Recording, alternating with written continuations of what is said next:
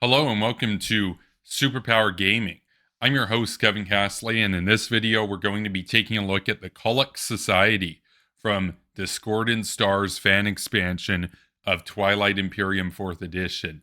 This is an interesting faction that ties into the feature of capturing that was introduced in the Prophecy of Kings expansion that the Volwraith Cabal make good use of, and these guys allow them to self-capture for strategic purposes. And we're going to see these guys do a lot of shady moves and operate as a stealthy faction. We also have the faction colors in the background, which are orange, red, and black. There's no black light, so we got orange and red light to represent the Kollecc Society today. And if you're interested, I did an unboxing video with my buddy Justin, and we went through all of the physical components of the Discordant Stars expansion that come in the box. And the box itself looks cool as heck. It's got Nebula, it's got the Eden Mandate and the Michael Mentori and some other guys on the front of it. Very cool. So go and check that out. That's on this channel here. And be sure to subscribe here as well to Superpower Gaming for not just, Twilight Imperium content, but we got Pokemon Go content. We got DEF CON content. We got Fortnite. We're going to have Civilization starting up soon. A lot of stuff here. So this is the Kollecc Society. Now, they are an interesting faction. They're pretty different than a lot of the other ones. Similar to how the Volwraith Cabal is pretty different to the rest of the factions in Prophecy of Kings. Let's take a look at their starting allocation. So this is a 2C4I faction. They come with 2 carriers and 4 infantry right off the bat in their initial fleet allocation. That's potent. These guys get to take over a lot of stuff early on. They also come with Scanlink Drone Network right from the start. Very powerful technology. It lets them explore planets. That's going to be useful, and it ties into their treasure hunters faction ability, which we'll talk about shortly. Their starting planet is Susurros, which is a 4/4. That's one of the most powerful faction homeworlds in the entire Twilight Imperium universe for 4th edition. That's pretty potent, because these guys get to do tech round 1 without having to wait or, try to offer the tech player money to wait a turn so that they can get the resources together. These guys start with enough resources to do the secondary of tech. So they are locked down on getting tech round 1 if they want tech round 1. They also have 4 influence. So if they instead wanted to go Mechatol round 1, they only need to pick up another 2 influence, and they can go and claim the Custodian's Point. Very powerful homeworld, and it's also worth mentioning, having only 1 planet is the easiest planet configuration to defend, right? I mean, you can just, everything that you're producing there is there. You don't need to spread it out over multiple planets like Akan or Argent, or even the 2 world systems like Naulu. These guys, they are good. They have their 1 homeworld, and it's a powerful homeworld. Very productive homeworld, very influential homeworld. They are middling in terms of their commodities. They have 3. Their complexity rating is high, and we'll see why shortly. And their faction colors, we already noted. Let's take a look at their faction abilities. So they come with cloaked fleets. After you produce 1 or more ships, you may place up to 2 of those ships on your faction sheet. Those ships are captured. So this time we're seeing captured for the first time since Volwraith Cabal. So props to Discordant Stars for, expanding on that. Now, why would you capture the ships? Well, we'll see why.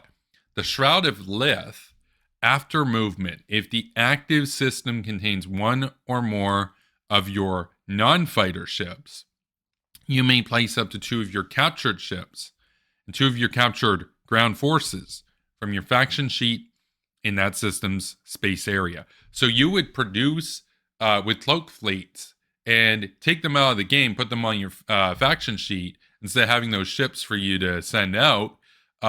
Because if you already have your fleet doing other stuff, then you can bring these guys in later, assuming that you win the combat. As long as you got a destroyer or something left over, you can just pop down 2 dreadnoughts. You pop down 2 dreadnoughts and 2 mechs.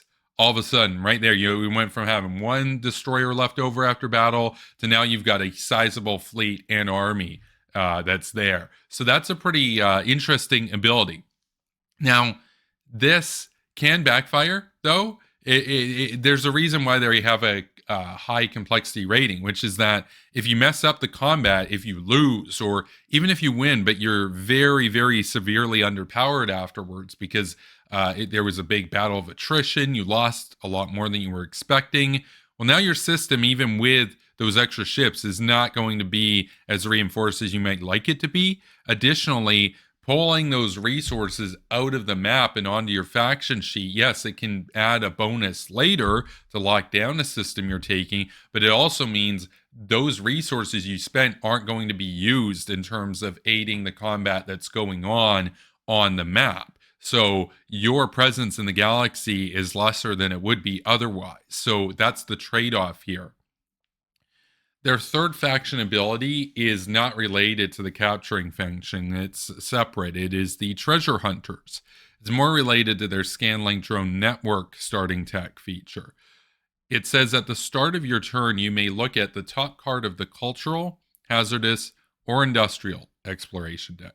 And it's important to note here, when I first went through these guys and I was just skimming through the different factions, I thought it was Ant. So I thought you get to look at all the decks and you get to choose what you want with Scanlink. No, you get to pick one. So say you're like, well, I've got a couple hazardous fragment tokens, or fragments, I should say.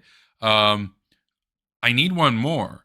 I'm going to pick the hazardous exploration deck. I'm just going to see if it's there. If it's not there, somebody else can explore through it. I don't care. I'll go and explore somewhere else. But if there is one there, I know I'm going to do something on one of my planets that's hazardous so that I can pick up that hazardous relic fragment because we got Scanlink drone network. That's a pretty useful faction ability on its own. Like if it was one of two abilities, I would say it's quite underpowered. But the fact that this is a third faction ability to them is good. You know, you could argue, well, Shroud of Leth and Cloaked Fleets kind of tie in together. They do. I like having the treasure hunters here. I like that they already start with Scanlink drone network. And I like that they've got 2 carriers and 4 infantry, which means they can go out and take a lot of different types of planets, meaning that they have the potential to start basically pumping out a lot of relic fragments. You know, that's a good strategy there with these guys. So let's take a look at the faction promissory note. It is the AI survey, and it says, at the start of your turn, you may look at either the top card of the cultural, hazardous, and exploration or industrial exploration decks, or the top card of the relic deck. Then return this card to the Kollecc player. So if you were thinking about, and this is not for you as the Kollecc player, this is your opponent or your partner that you're selling this to. But let's say that you're a different player. Let's say you're the Demone Flotilla and you've been working with the Kollecc Society here. These guys right at the top here, if you are working with them and they sell you the AI survey, you can be like, well, you know, I've actually got 3 cultural relic fragments. I'm thinking about using an action to convert them and get a relic. But let's just use the AI survey, take a look to see at the top of the relic deck if it's a relic I really want. All the relics are pretty good, but some are more situationally better at the time than others. And if you see, hey, look, that relic fragment, or that relic rather, is not that great, I'm going to wait. Then you say, you know what, I'm just going to hold on to these shards, and maybe we'll let the Nazroka player take that or something, and then they get the relic fragment, and they convert it and get a relic. Then you're like, okay, well, I knew what they're getting. I'm going to go for something else. So maybe it's better, maybe it's worse. You know, they're all relics, so they're pretty good. But that can be a good strategy. Additionally, you could just use it to be like, well, I've got 2 from Hazardous, or I've got 2 from Cultural. I'll go and take a look at the Cultural deck. If there's one right there, then you're like, yeah, if you got Scanlink or something, you're going to go and explore it. Or, you know, potentially if there's a free planet out there that's Cultural, you're like, oh, I'm going to send my fleet over there. We're going to take it, and then we're going to explore it. So we're going to pick up that Cultural fragment, and we're going to get ourselves a relic after. It's pretty powerful. Now, I would say the AI survey is not a game-breaking faction promissory note. In the most recent faction video that I did, we took a look at the Augurs of Elixum, and their faction promissory note basically sells them their entire point of the game, you know, their entire play style. That's not good. I wouldn't give that away. I don't think I would give away, like, if I'm a Sorrow Tribes, I'm not selling that one away. These guys, I'm going to sell it. And I'm going to say, you know what, that knowledge is probably worth maybe 2 trade goods. Depending on if they've already got fragments, they're like, yeah, you're going to let them look at the relic deck. Yeah, I think like 2 trade goods. If people aren't really going for it, maybe you sell it for 1 trade good. It's not going to end the game. It's not going to be like, because you did that, now you're going to lose and they're going to win, that sort of thing. Depending on when you sell it, it's a good one. It's powerful enough. People will be interested in it. I think you get a couple trade goods for the AI survey. Let's move on to these folks' faction technologies. They actually have 2 of them. So these are the Seeker drones. This is a yellow technology. It requires 2 yellow prereqs, but we start with 1 with ScanLink, so we actually only need 1 additional yellow tech or a tech skip. So if you don't have a tech skip, maybe you go for Graviton, for example. Graviton is pretty good. Like, you already have 1 yellow. If you get a red tech, you can go PDS2 with these guys. Having Graviton, that locks down everything. Like, nobody's taking your homeworld, you know? So they don't start with a PDS, but you could potentially go PDS2. You're not going to be as reliant on having to get tech round 1. You could maybe go for construction and just stack up a PDS or an extra space dock in a PDS somewhere. And now, you know, you're shooting into adjacent systems. You're only hitting their capital ships. That's pretty good, right? So Graviton could work there. I like Graviton and ScanLink. Additionally, if you don't really want to go the PDS route, you could just pick up Sarbine Tools. Sarbine Tools is always good, right? So you don't necessarily need a tech skip. There are other good yellow techs. Sarbine's potent. Graviton can be potent if people are coming after you, right? So let's take a look at what the action here is. So it's an action tech. It allows you to exhaust this card, choose one of your neighbors that has 1 or more relic fragments. That player gains 2 trade goods and must give you one of those relic fragments of your choice. Let's say you have 1 cultural fragment and 2 industrial fragments, and one of your neighbors has an industrial relic fragment. They might have a bunch of other fragments. They may literally be sitting on enough to get a relic. They might have a bunch of cultural. They might have a couple hazardous, and they have 1 industrial. You go to them, you exhaust this, and you're like, hey, guess what? Here, it's payday. You're getting 2 trade goods, but I'm taking that green one, and you take their industrial relic fragment, and now you're getting the relic. They're getting 2 trade goods. So, yeah, you're technically helping your opponent financially, but you're also getting yourself a relic out of this potentially. Now, is that good?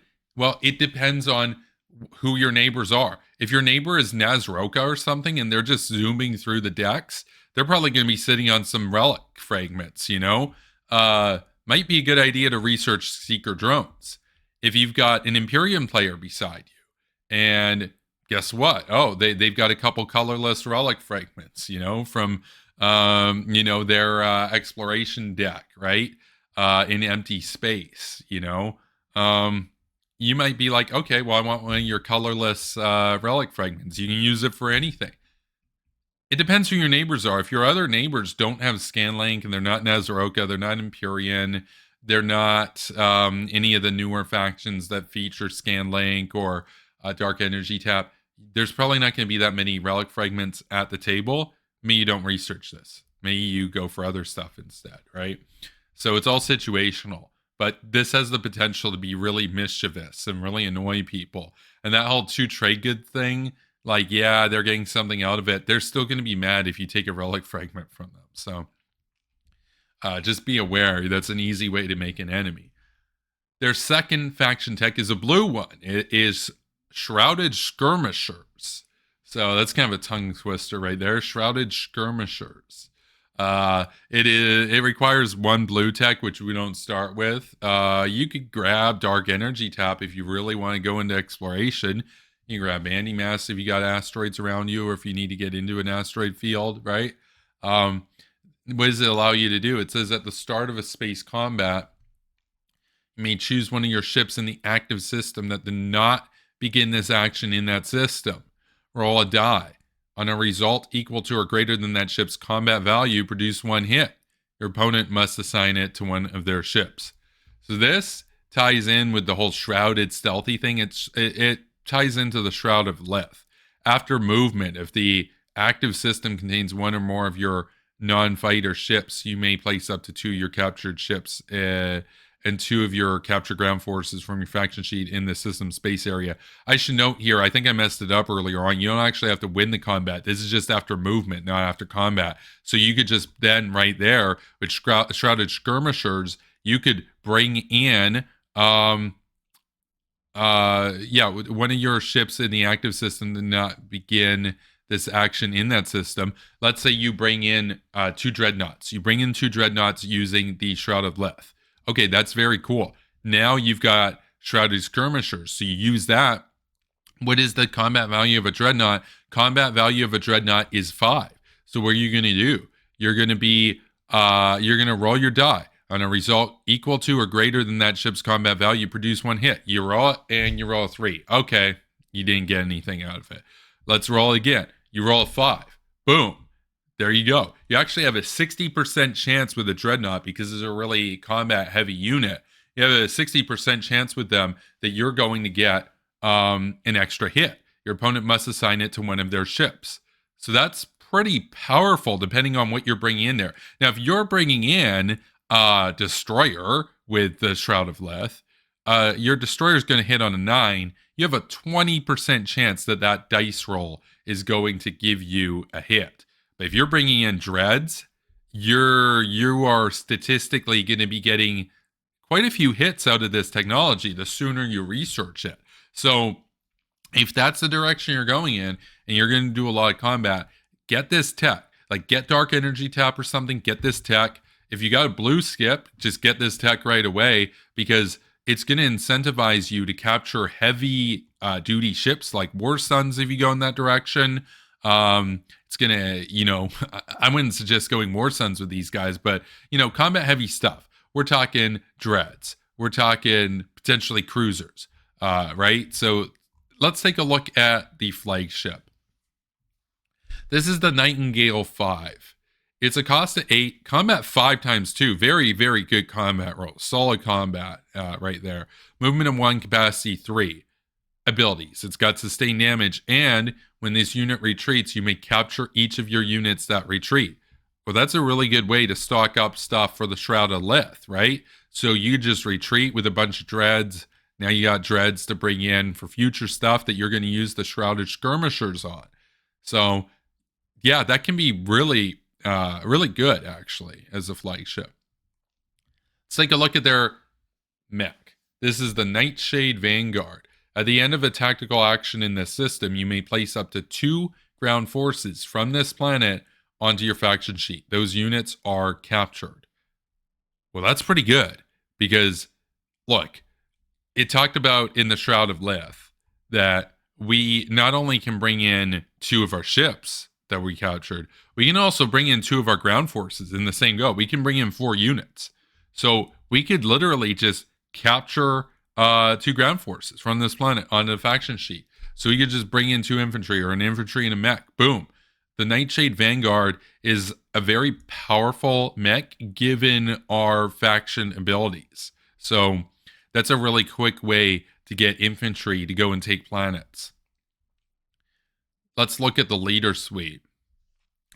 Our agent is Captain Dust, Artifact Broker. He unlocks at the game's start as per usual, and his ability is, at the start of a player's turn, you may exhaust this card to allow that player to reveal the top 2 cards of an exploration deck that matches the planet they control.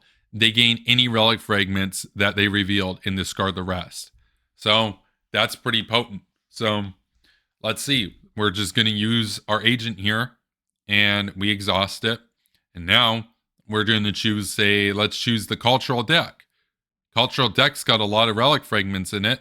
Statistically speaking, we might get one out of that just from our agent. We might just get a relic fragment from our agent. That's pretty powerful considering all of the other effects that we've got that let us get more. The commander. This is Katosma. Katosma Kar, I guess. The coordinator. The unlock condition is to have 4 relic fragments. So in order to get this guy, we don't want to just claim our relics right away. We want to sit on our relic fragments. Even if we have 3 of the same color, we want to get another relic fragment so that we can pop the commander. This commander is interesting because the commander satisfies a blue technology prerequisite. We saw that with the Augurs of Elixum, that their commander provided a yellow tech prerequisite. These guys, it's the same thing, but with blue. That's pretty good. If you can get this very early on, you could go right into Shrouded Skirmishers without having to research the base blue tech. That's pretty good. This card satisfies a blue tech prerequisite. When you retreat, if the active system does not contain one of your command tokens, you do not place a command token in the system your ship's retreated to. That's pretty good, right? You want to save on command tokens. That's cool. And now we take a look at the hero. Now this guy looks awesome. He's all blue. He's got like these demon horns and stuff. This is Doran Griffin, the Collector. So you need to have 3 scored objectives to unlock him. And he is the Shadowcaster Stealth Edition. This is an action. Draw a number of relic cards up to an amount equal to the number of players in the game. Choose one to gain and return the rest to the relic deck. Then shuffle that deck and purge this card. This is insane. If you're in a big game with 6 players or even 7 or 8, you are basically looking at the relic deck and just picking what you want. That's insane. This is an epic hero. This is a very good hero. This hero is one of the better heroes in the game. That's awesome. So you're going to want to go in and get your objectives pretty quickly there so you can get this, get it, the best relic you can, and that's going to help you potentially win the game. So this, of course, is their home world. It looks so cool, Susurros, right? It's kind of shadowy and it's super powerful. This is actually kind of a powerful faction. This is quite a powerful faction. It is a high complexity rating. You need to coordinate stuff. You need to gauge the combat. You need to gauge whether people are at exploration wise. You need to be aware that you have the potential to make some enemies pretty easily with these guys, but very interesting faction altogether. I want to know though, have you played with the Kollecc Society? Are you planning to play with them? What direction did you go in? And have you won with them before? Because I could see somebody who's got a lot of experience with Twilight Imperium being able to win somewhat easily with the game, right? Especially if they've already like played Cabal before. They got a good grasp on how capturing works. I mean, that hero is very powerful. I mean, again, if you're in a big game, like, you know, not just 3 players, but if you got like 5 players at the game, 6 players at the game, you're getting a huge choice, right? You get to prune the best relics. That's good. I think these guys are interesting. I think these guys, you know, with somebody who's not necessarily so experienced with Twilight Imperium, they might like the aesthetics of it, right? It's got that kind of almost like cyberpunky sort of aesthetic and everything to them, but they might not know what they're doing. They're probably going to have a hard time pulling it off, right? But if you know what you're doing, and if you're familiar with the decks, if you're familiar with the probabilities in the decks, I mean, you played Nazroka before, and you played the Cabal before. Now you're ready for the Kollecc Society. I could see this being a really powerful faction in the hands of somebody that knows what they're doing. So those are my thoughts here. Be sure to subscribe to the channel, and I will see you in the next video. So thank you for watching. Take care and stay based.